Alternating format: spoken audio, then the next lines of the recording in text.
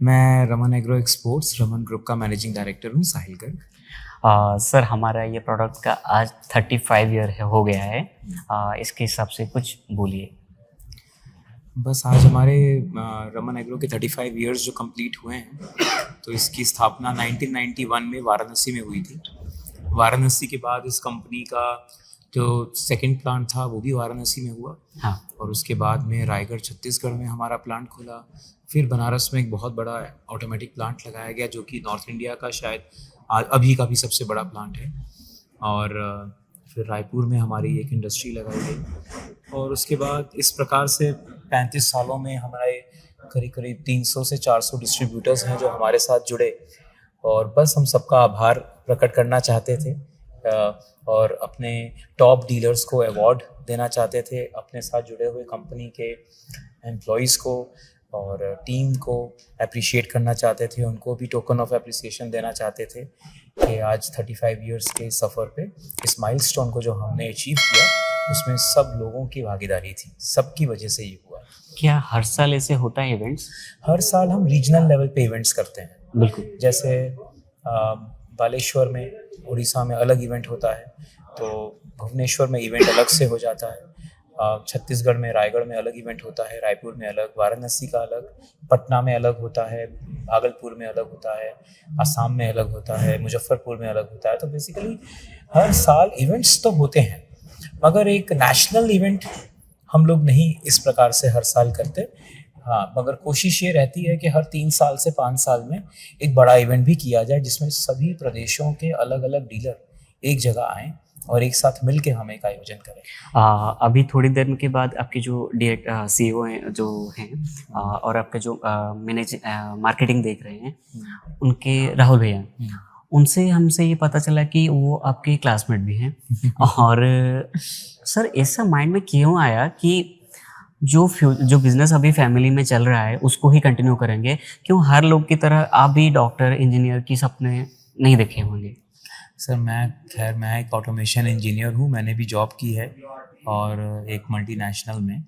But हमारे father ने जो ये एक विजन के साथ इस कंपनी की स्थापना की थी 1991 में कि हमें डेयरी फार्मिंग के लिए कुछ करना है, हमें डेयरी फार्मर्स को एक बेस्ट क्वालिटी की फीड देनी है और एक बहुत ही जेन्युइन रेट पे देनी है। हमें डेयरी फार्मर्स का कोई और उनको जो मिसयूज़ लोग कर रहे थे, जिसमें बहुत ही बेकार क्वालिटी की फीड दी जाती थी और उनसे बहुत ज़्यादा पैसे लिए जाते थे। तो ये जो एक एक्सप्लॉयटेशन हो रहा था डेयरी फार्मर्स का, इसको देखते हुए हमारे फादर ने इस इंडस्ट्री में पैर रखा। और मैं जब पढ़ाई करके एक मल्टीनेशनल में जॉब भी कर रहा था, तो मैंने ये देखा कि मेरे फादर की को मेरी ज़रूरत थी। और इस इंडस्ट्री में जब मैंने ये देखा कि फ्यूचर जो है इस इंडस्ट्री का बहुत ब्राइट है। ऑलरेडी मिल्क रेवोल्यूशन या वाइट रेवोल्यूशन जो डॉक्टर कुरियन है अमूल से, उन्होंने शुरू किया था। और आज की डेट में पूरे भारतवर्ष में अगर गवर्नमेंट का कोई सबसे बड़ा फोकस एरिया है तो वो डेयरी इंडस्ट्री है। और डेयरी इंडस्ट्री अगले 20 सालों तक भी इस इंडस्ट्री की ग्रोथ रुकने वाली नहीं है, क्योंकि दूध सबसे इम्पोर्टेंट है। दूध से ही चीज़ बन रहा है, दूध से ही पनीर बन रहा है, दूध से सारे प्रोडक्ट्स बन रहे हैं, घी बन रहा है। और जैसे जैसे हमारे गवर्नमेंट स्टैंडर्ड ऑफ लिविंग लोगों की बढ़ा रहे हैं, लोगों की इनकम बढ़ा रहे हैं, तो लोगों का जो लिविंग स्टाइल है वो भी बदल रहा है। हर आदमी दूध पी रहा है आज की डेट में, हर आदमी घी खा रहा है, हर आदमी पनीर खाता है, हर आदमी पिज़्ज़ा खाता है, हर आदमी जो है वो चीज़ एंड पनीर और पिज़्ज़ा और दूध की आइटम्स खाता है। सबको शौक है। और जितना ज़्यादा हमारे इनकम लेवल्स बढ़ेंगे उतना ज़्यादा लोग अच्छा खाएंगे पिएंगे। तो इसका मतलब अगर ऐसा लगातार हो रहा है तो इसका मतलब दूध की तो खपत बढ़ रही है ना। और दूध आएगा कहाँ से? दूध तो गाय से आएगा, और गाय दूध जब देगी तो उसको तो कुछ अच्छा खाने को भी चाहिए। बिल्कुल। तो ये एक ऐसी इंडस्ट्री है जिसमें मैंने एक बहुत ही ब्राइट फ्यूचर देखा। और ये इंडस्ट्री बिल्कुल भी कोई लेमैन इंडस्ट्री नहीं है, ये बहुत साइंटिफिक इंडस्ट्री है, बहुत टेक्निकल इंडस्ट्री है। इसके अंदर कोई भी फॉर्मुलेशन किसी भी फीड का जो बनाया जाता है वो ऐसे ही नहीं बना दिया जाता कि कुछ भी डाल दो। उसके पीछे एक प्रॉपर साइंस है, उसके पीछे पूरी एनिमल की पोटेंशियल, उसकी बायोलॉजिकल रिक्वायरमेंट के हिसाब से फीड्स को डिज़ाइन किया जाता है। तो as an engineer, as a technical person, I was inclined कि हम एक टेक्निकली साउंड फीड बनाएं, जिसमें हम फार्मर्स को वो चीज़ दें जो एनिमल को जिसकी ज़रूरत है। वरना एक फार्मर अगर वेल अवेयर नहीं है तो वो कई सारी चीज़ों को मिक्स करके अपने पशुओं को खिलाता है, क्योंकि उसको तो अपने पशु से बहुत प्यार है जी। मगर उस प्यार में वो लॉस खा जाता है, ज़रूरत से ज़्यादा न्यूट्रिशन दे देता है। पर हम एक बैलेंस न्यूट्रिशन देते हैं ताकि उस पशु के बेस्ट पोटेंशियल को अचीव किया जाए और कम से कम रेट में, तभी जाकर डेयरी फार्मिंग प्रॉफिटेबल होगी, वरना डेयरी फार्मिंग लॉस में चली जाती है। ये फूड है या फिर एक सप्लीमेंट है? ये एक फूड है। अच्छा, इसको खाते गाय बीमार नहीं होते? बिल्कुल भी नहीं। देखिए, गाय का ये बैलेंस डाइट है, पशु के लिए ये खाना है, ये कोई सप्लीमेंट नहीं है, ये किसी भी प्रकार का कोई बूस्टर नहीं है, ये किसी भी प्रकार का कोई प्रोटीन सप्लीमेंट भी नहीं है। ये पशुओं के लिए एक बैलेंस्ड न्यूट्रिशन है, एक प्रॉपर मील है जो कि पशुओं को सिर्फ सूखे चारे और हरे चारे के साथ मिक्स करके खिलाना है। कुछ साइड इफेक्ट्स होता है? Zero side effects. ये पूरी तरीके से ऑर्गेनिक है, 100% केमिकल फ्री है। इसके अंदर जितने भी रॉ मटेरियल्स होते हैं वो सारे के सारे खाद्य पदार्थ हैं। इसमें मक्का है, जौ है, ज्वार है, बार्ले है, सरसों है, मस्टर्ड, सोयाबीन है, कॉटन सीड है, ग्वार है, मोलासिस है, विटामिन्स हैं AD3E, मैग्नीशियम से लेकर मैग्नीशियम, कॉपर, कोबाल्ट, जिंक जैसे इम्पॉर्टेंट मिनरल्स हैं जो कि एक पशु को बहुत ज़रूरी है, तो ज़रूरत है उसकी। तो ओवरऑल इसकी जो टोटल फॉर्मुलेशन होती है वो पशु के स्वास्थ्य को बेहतर बनाने के लिए होती है, ना कि उसको ख़राब करने के लिए। खाने से कभी भी कोई साइड इफ़ेक्ट नहीं हो सकता। साइड इफ़ेक्ट तभी होगा अगर उस खाने में कुछ ऐसी चीज़ें डाली गई हैं जिससे कि आप गलत तरीके से पशुओं से दूध निकालना चाहें। मगर हमारे पशु आहार पूरी तरीके से प्राकृतिक है, इसके अंदर ऐसा कोई भी रॉ मटेरियल नहीं डाला जाता जिससे कि एनिमल का या पशुओं का कोई भी हानि हो किसी भी प्रकार की।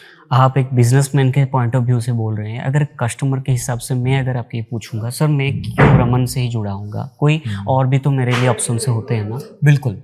हम ये कभी नहीं कहते कि आप सिर्फ रमन की फीड खिलाइए, हम ये कहते हैं कि आप अच्छी फीड खिलाइए। ओके। मैं ये कभी नहीं कहूँगा कि सिर्फ रमन की फीड खिलाओ, हम ये कहूँगा कि अच्छी फीड खिलाओ। अब अच्छी फीड का तो जो एक परिभाषा है वो पहले आपको समझनी होगी, और अगर आपको वो अच्छी फीड मेरे अलावा कोई दूसरी कंपनी देती हो, आप बिल्कुल उस कंपनी का खिलाएं। मान लीजिए आप गारंटी दे रहे हैं कि आप इतना बेनिफिट देते हैं गौ माता को हमारे, और इतना पोषण देते हैं, तो आप ही रिकमेंड करते हैं कि रमन बेस्ट है? Yes, we are the best in this industry. हमारे यहाँ पे जो भी फीड फॉर्मुलेट हो रही है उस फीड का मैं ये जानता हूँ कि we are one of the most technically sound company in India. मैं इस बात का दावा ठोकता हूँ। इतने दिन हो गया आपको मार्केट के साथ जुड़े हुए, कभी ऐसा टाइम नहीं आया सर कि आपको ऐसा लग रहा है कि कुछ कमियां तो बिल्कुल है हमारे प्रोडक्ट में? कब आया था कभी? प्रोडक्ट में हमने कभी भी कोई कमी नहीं देखी। सिर्फ अगर कमी हमने देखी तो वो फार्मर की अवेयरनेस में देखी। ओके। अगर फार्मर वेल अवेयर हो जाए तो वो कभी भी लॉस नहीं खाएगा। पशु आहार एक फुल प्रूवन फॉर्मूला है जो कि पशुपालकों को किसी भी दूसरी चीज़ को ना खिलाकर केवल हमारे पशु आहार को वो सूखे चारे और हरे चारे के साथ अगर खिलाता है तो उसको पूरे रिजल्ट्स मिलेंगे।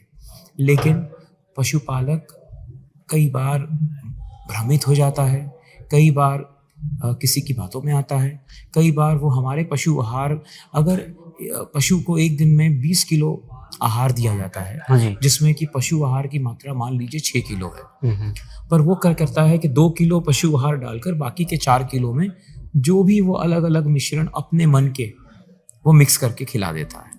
अब इसके बाद में वो जब एक्सपेक्ट करता है कि मुझे रिजल्ट नहीं आया, तो यहाँ पे हम पशुपालकों को जाके उनके घरों पे जाके समझाते हैं कि आपको अगर बेस्ट रिजल्ट एक पशु आहार से चाहिए जो कि बेस्ट क्वालिटी का है, तो आपको बिल्कुल हमारे कहे अनुसार उस पशु आहार को खिलाना है। अगर आपके पास हरा चारा, सूखा चारा पूरी मात्रा में है तो उसका फॉर्मूला अलग है, लेकिन जनरली ये कहा जाता है कि एक पशु को एक दिन में 1 से 1.5 किलो उसके शरीर के लिए और 300 से 400 ग्राम पर लीटर ऑफ मिल्क उसके मिल्क प्रोडक्शन के लिए खिलाना चाहिए।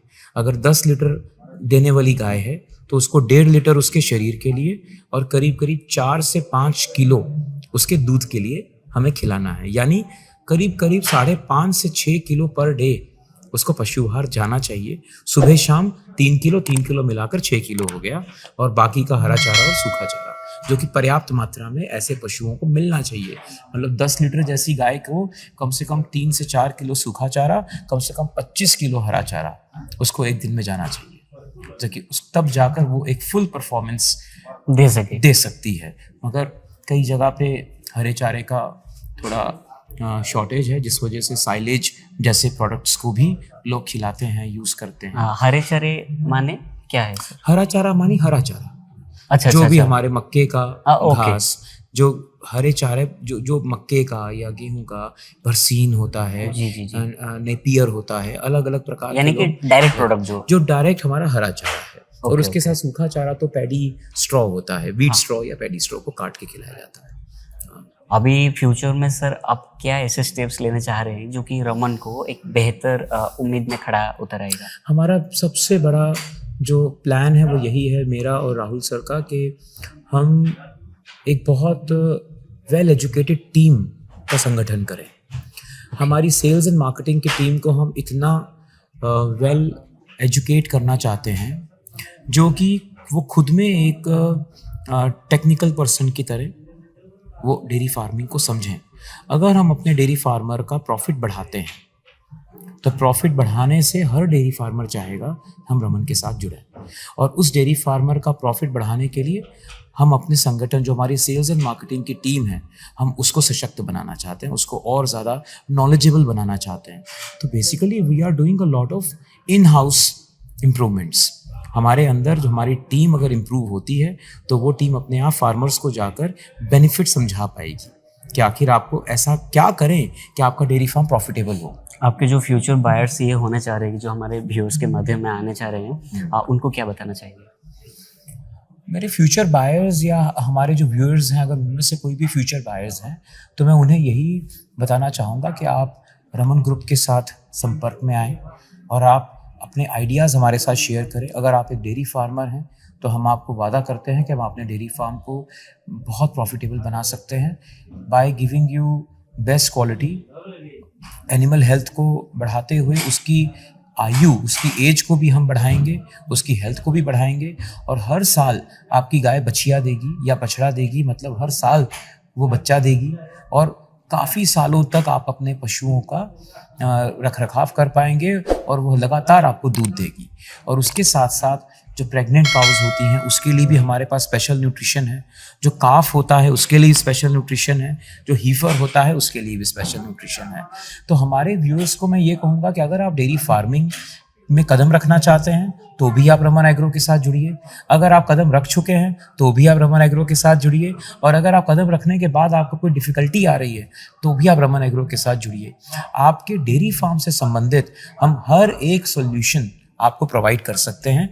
फीड के साथ साथ किसी भी प्रकार की जानकारी आपको चाहिए तो हम पूरे तरीके से निःशुल्क जानकारी आपको देंगे, ताकि आपका डेयरी फार्म बहुत ग्रो करे, बहुत प्रॉफिटेबल हो। अब मेरे से फीड नहीं भी खरीदेंगे तो भी हम आपकी मदद करेंगे, क्योंकि मुझे बिजनेस करने के लिए तो देखिए पूरी दुनिया है, लेकिन रमन एग्रो सिर्फ पैसा कमाने के लिए नहीं आई है। रमन एग्रो में श्री शेषपाल गर्ग जी जो हमारे चेयरमैन हैं, उनका सपना सिर्फ ये था कि हम डेयरी फार्मिंग को कैसे प्रॉफिटेबल बनाएं। तो चाहे वो मेरा माल खरीदें चाहे ना खरीदें, तो भी हम आपके डेयरी फार्म को प्रॉफिटेबल बनाने की पूरी कोशिश करेंगे। Thank you.